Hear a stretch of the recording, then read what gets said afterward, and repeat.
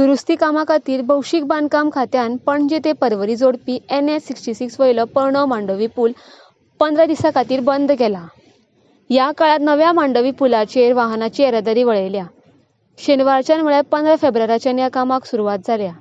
ह्या कामाक लागून शेनवारा बरीच व्हड येरादारीची लायन लागिल्ली। सामान्य मनशान पूल बंद आसा हाची दखल घेवन त्या प्रमाण आपल्या प्रवासाची येवजण करची अशें SP ट्रॅफिकान विनवणी केल्या। पयल्याच दिसा काम सुरू जातकर व्हड प्रमाणात पणजे ट्रॅफिक जॅम पळोवपाक मेळ्ळें। RDX गोवा खातीर पणजेच्यान गौतम शिरोडकार।